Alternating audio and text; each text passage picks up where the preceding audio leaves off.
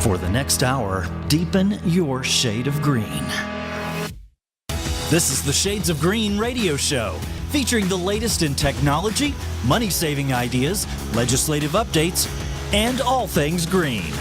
The Shades of Green radio show is presented by the Green Alliance. Now here's your hosts, Paul Ira and Stan Hannell. Good morning. This is the Shades of Green radio show, simulcast on KDON 720 AM and KDON 101.5 FM in Las Vegas.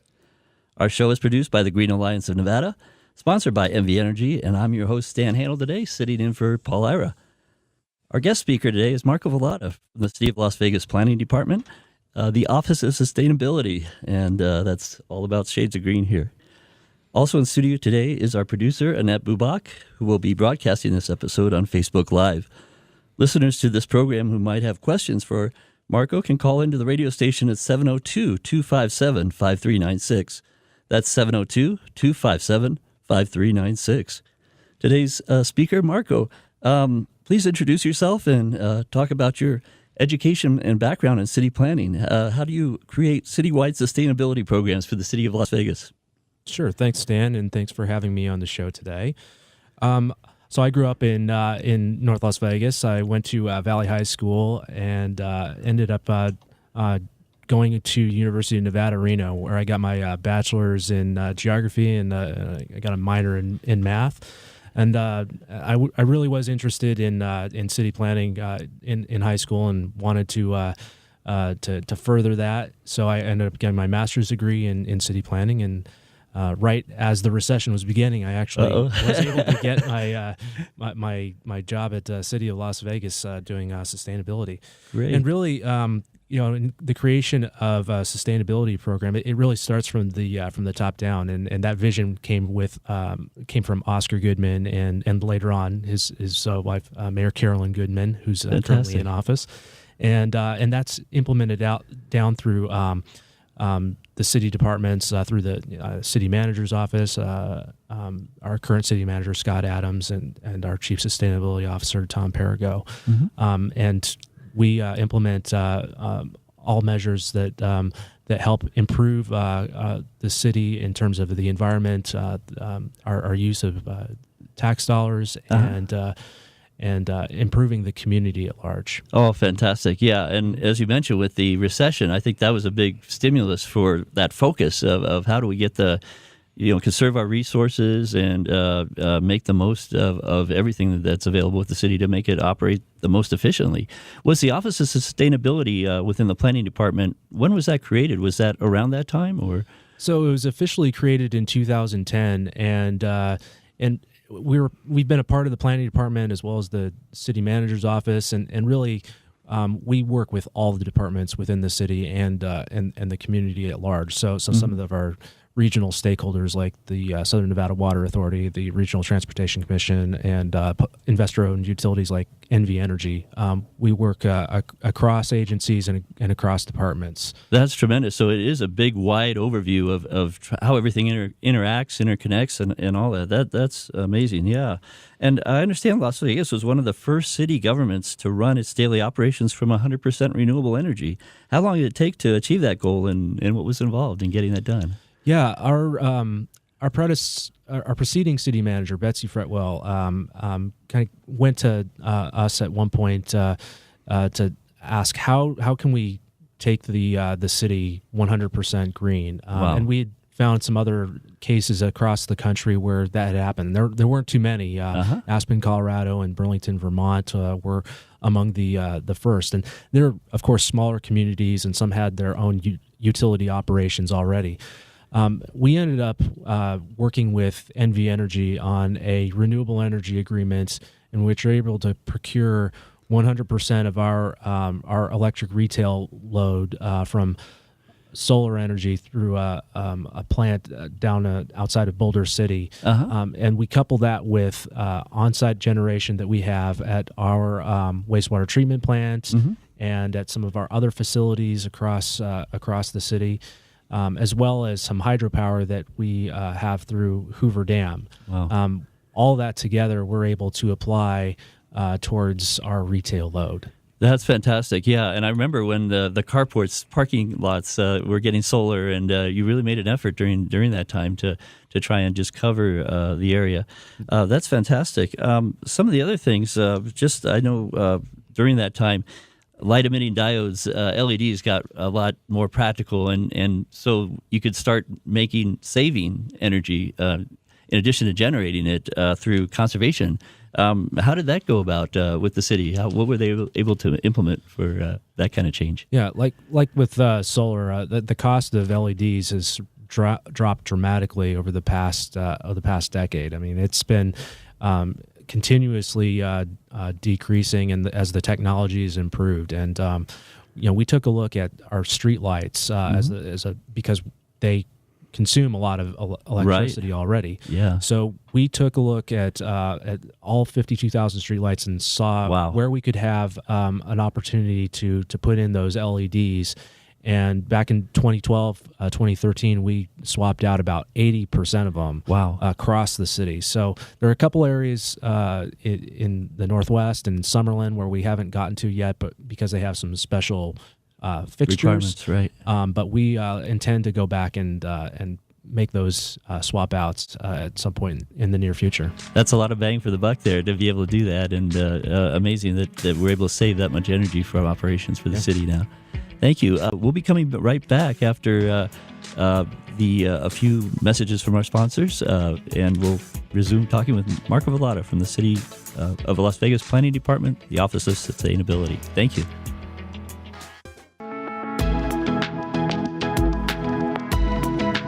Good morning. This is the Shades of Green radio show. We're back.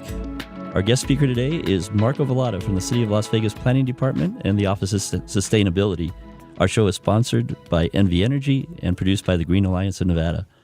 Marco, we've been talking about the Planning Department, the City of Las Vegas, and its Office of Sustainability. How do the City of Las Vegas administrative offices conserve energy, water, and other resources? Yeah, thanks, Dan.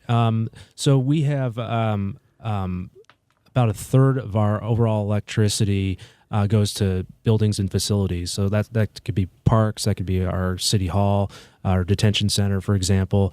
Another third of our electricity is through streetlights, and another third is through wastewater treatment operations.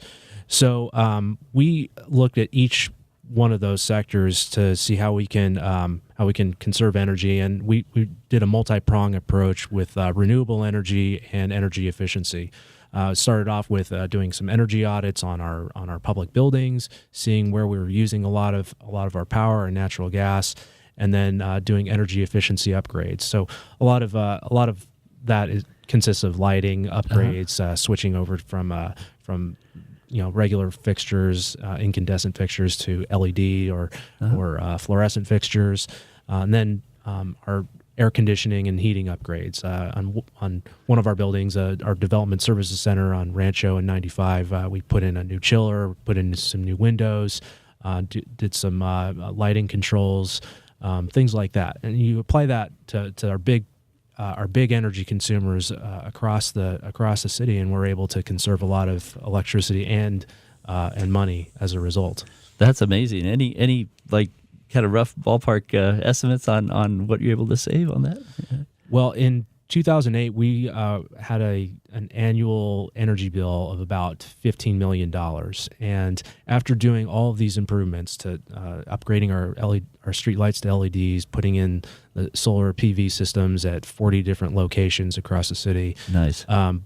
Doing those energy efficiency measures at our buildings, we're able to drop that down to about $9 million per year. And that was as of last year. I mean, we've seen this steady decrease in overall electricity consumption. Excellent. Wow. Yeah. That's great. Yeah, good effort. And basically, how you also implement recycling efforts too through the city. We do.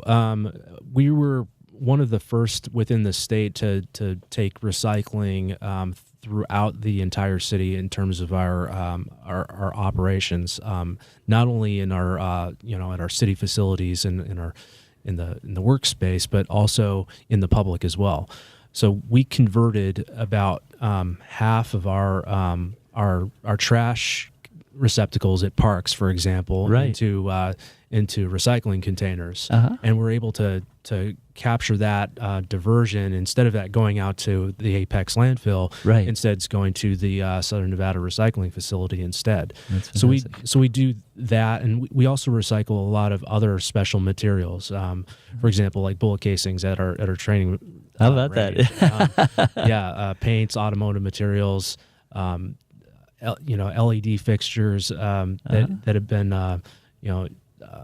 that need to be scrapped, things like that. So street light anything poles. in operations, day-to-day operations that people use. I know paper. You would really try to go paperless for a lot of the office requirements. Yeah, we do have a lot of functions that are now online, and that cuts down on the paper load considerably.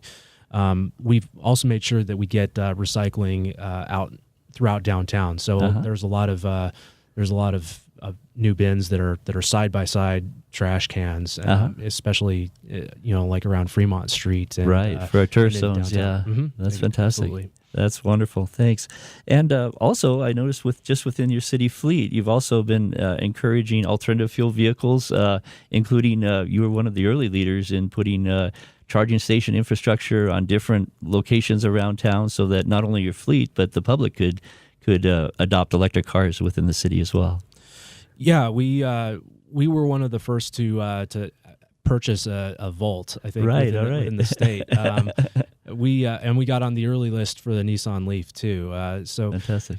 We've had this commitment to clean air vehicles. One of the early policies that we had in a 2008 resolution that was adopted by our city council was to make sure that our fleet was using cleaner burning fuel. So Tremendous. we used reformulated gasoline, for a while CNG, compressed natural gas, and then we had an opportunity to purchase these plug-in hybrid and electric vehicles, and so we've continued to do that. And of course, with those vehicles, you of course have to have the charging infrastructure to power them. So we made sure that we got some charging stations, not only for those vehicles themselves at their home locations, but also out in the community. So we have charging stations at a couple of our community centers, and coming soon to Symphony Park, we have 2 new parking garages that are under construction, in which we'll have some electric vehicle charging stations located there as well to complement the ones that we have installed at our City Right across Hall from City garage. Hall, right. Yeah. And that parking garage across from City Hall is pretty amazing. I mean, you have solar on the rooftop, and you've got the charging stations inside. I think the parking office is right there now as well. But it's amazing that's kind of a real state-of-the-art facility. And you're also talking about a new firehouse that's being built. It's being built to LEED standards, which is U.S. Green Building Council standards of efficiency. That's correct. We have a replacement fire station over off of Washington and Rancho, and that is intended to be constructed as a LEED silver fire station. And with that are the green components that add into that, include an electric vehicle charging station and solar photovoltaic system. We make sure that we build our new buildings to LEED standards wherever we can. And we've added a couple of them over the past couple of years. 3 new fire stations have been built to LEED silver, LEED gold standards, and that's fantastic. And City Hall, of course, is LEED gold. And there's certain points when you install these energy efficiency and power generating features, you get more points, and it goes up the ladder to LEED silver, gold, and is it platinum? I think is the highest. Yes. Yeah, that's fantastic. Congratulations. That's Thank you. awesome. Mm-hmm. That's great. And basically, when we come back, I guess we'll probably talk a little bit more about property assessed clean energy. It's a program that was allowed in our state legislative session, but is something that the city of Las Vegas is taking an active role in right now. Basically, can you talk a little bit about that? Just what's going on there? Yeah, and we've started down the road of creating this new program for energy efficiency for the commercial and industrial sector, and that has been something that we've been working on for more than 10 years at this point. Wow, good for you. With some of the other jurisdictions in this state, like City of Henderson. It's taken a long time, and earlier in November, we just adopted the first resolution for property assessed clean energy in the state. It's common across the country, but this is a new opportunity for some of the commercial and industrial property owners to make improvements to their buildings. Right, and finance it in a way that it will add value to their buildings over time, and be able to do that up front and be able to get the money for it. That's great. We'll talk more about that as we come back from the next break. Thank you. Thank you.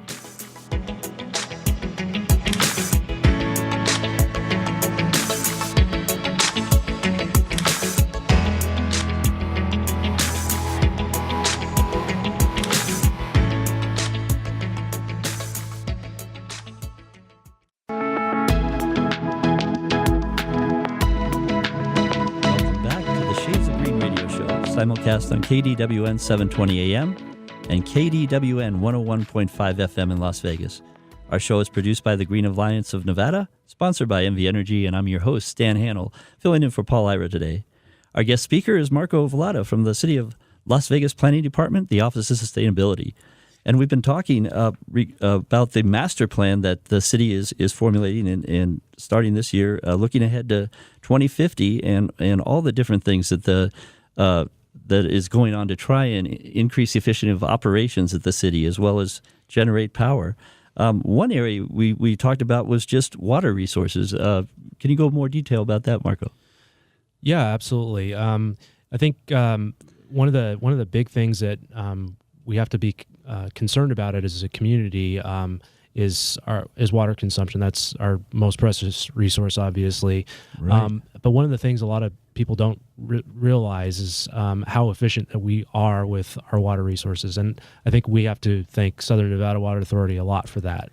Our conservation program in Southern Nevada is absolutely tremendous in terms of the water savings, especially when you consider that we only receive about 2% of the entire Colorado River. I mean, most of the water out there is going to California, Arizona, right? Yeah. And we've also been in 15 years of drought, and a lot of people just moving here may not realize that, but we've been battling this for a while, I guess. Yeah. With the amount of water that's consumed per person per day, and the amount of population growth that we have, and the 43 million tourists that we receive every year. I mean, with the water that we've been very efficient with, and I don't think a lot of people realize that, especially as the lake level has teetered really close to the point where we might have a shortage declaration from the feds, and then we'll need even to do even more good conservation efforts to meet those requirements. Yeah, but talking with the SNWA in the past, we've had Toby Bickmore on and Doug Bennett, and they said that we're in pretty good shape. They've banked water; they're able to do things with that. But you also have there's also water reclamation that takes the gray water from our system and actually cleans it here. And there's each city has its own, and also the county operations. And I guess the benefit of that is anything they can harvest from that and recycle is actually gives us more credit beyond that basic allowance, I guess. That's correct. We have the ability through the return flow credit system, in which we treat the wastewater that goes through the sewer and return it to Lake Mead, that extends our supply by almost double. Wow. And that system has really helped us not only save water and return it to the system, but it just overall extend the supply for the existing population that we have. With some other areas around those facilities, we are able to use that recycled water for irrigation at golf courses and parks. Those are kind of limited, but we do take advantage of those when where it makes sense. We also at our buildings and facilities, we make sure that we use native plants and adaptive plants. Right, xeriscapes. Yeah, right.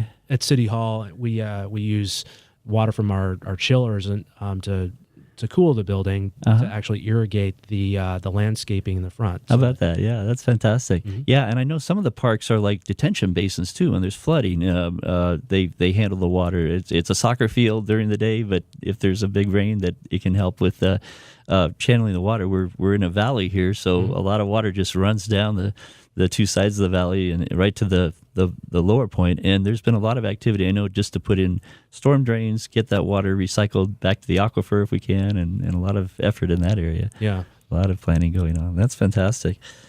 Basically, before we go any further, I just want to make a couple of announcements. Green Alliance is the producer of this show, and we have a big Green Fest festivity coming up in April 20th for Earth Day next year in 2019.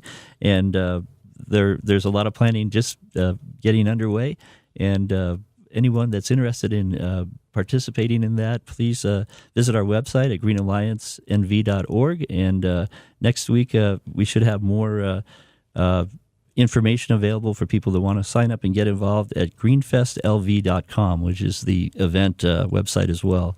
So I just wanted to mention that. Marco, getting back to residents of the city, what can the average citizen do to make the city greener, to make it more sustainable?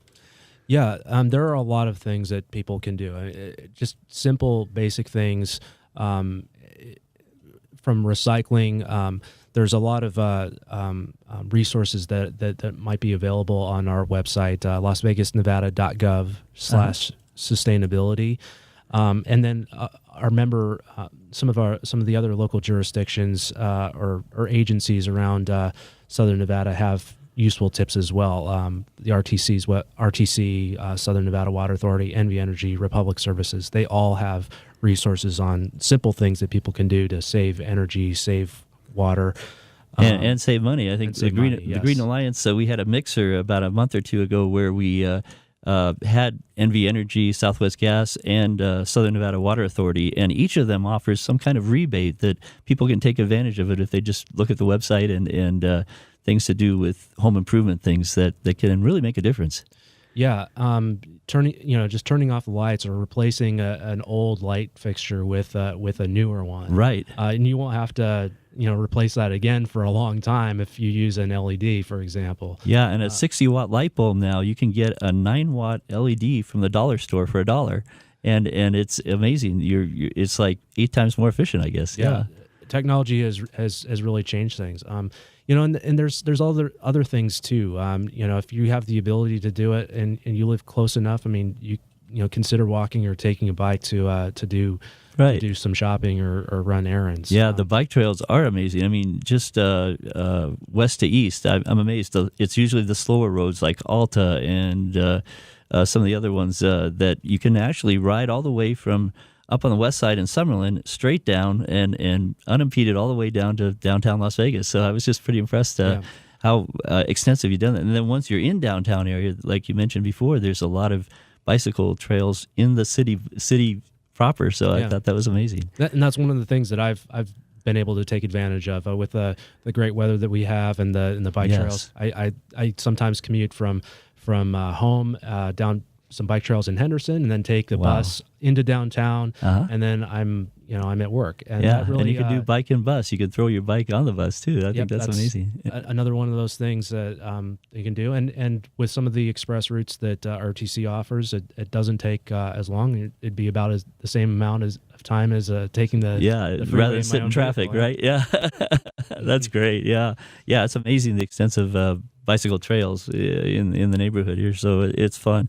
Yeah, there's just so much to explore. That's what I love about living here in the city of Las Vegas. What's going on beneath the surface? We have this image of extravagance and all that, but there's really a lot going on that folks like you have been doing through the city. Really appreciate that, Marco. Great.